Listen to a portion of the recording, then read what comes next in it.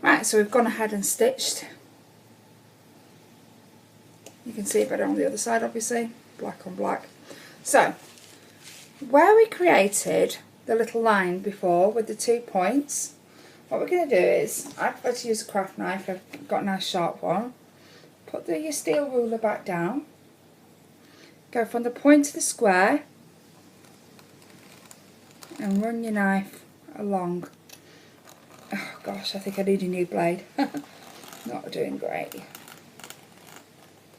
And to the other point and then stop.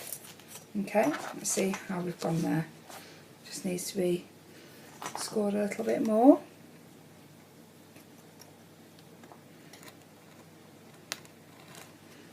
In there.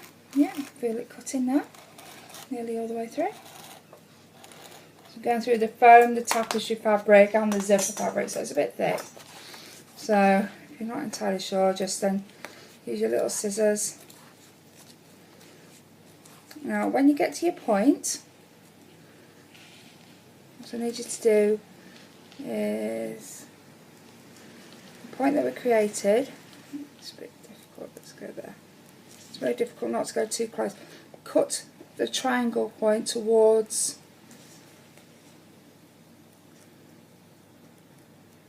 there. So you've got your little triangle at the end. The same at the other end.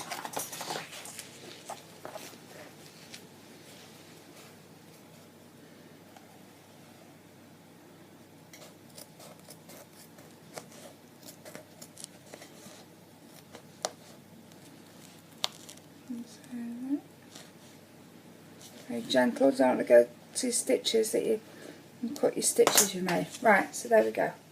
You've got your appature there. I'm just going to take my pins off. Now, what you do next is you feed your fabric through the hole. Take your piece of outer, so it's the wrong side up, and pull your fabric through.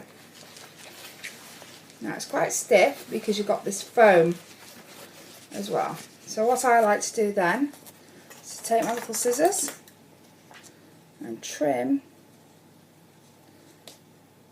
the bulk out of it as far as I can.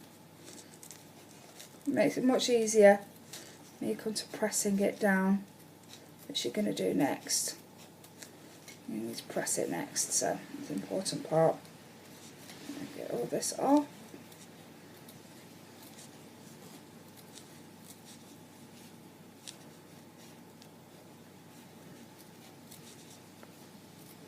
Bit of a bath.